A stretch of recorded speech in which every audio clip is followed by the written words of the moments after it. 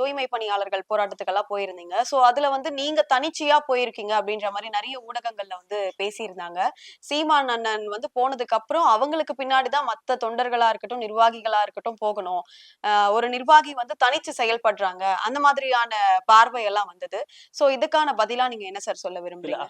அப்படி ஒரு குற்றச்சாட்டு நானே பார்த்தேன். ஒரு சகோதரர் ஒருத்தர் நம்ம நாம் தமிழர் கட்சிக்கு ஆதரவா, நம்ம கட்சியிலே இருக்கக்கூடிய அவரு தான். தொடர்ச்சியா அவர் ஊடகத்தில பேசக்கூடிய நபர் அப்படி பேசியிருந்தாரு.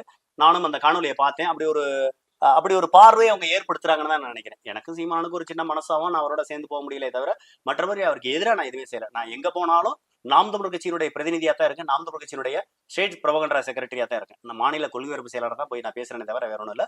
அதுல அந்த தூய்மை பணியாளர்கள் போராட்டத்துல அண்ணன் வந்தாரு, பேசினாரு, போனாரு. ஆனால் என்னுடைய உள்மனசு எப்பவுமே ஒரு போராட்டத்துக்கு நம்மளும் ஒரு அட்டண்டன்ஸா போனோம் வந்தவனு மற்ற கட்சிகள் மாதிரி போறதை விட அண்ணன் சீமானனுக்கு நிறைய வேலைப்படு தொடர்ச்சியா அவர் மற்ற போராட்டங்களுக்கு போறாரு.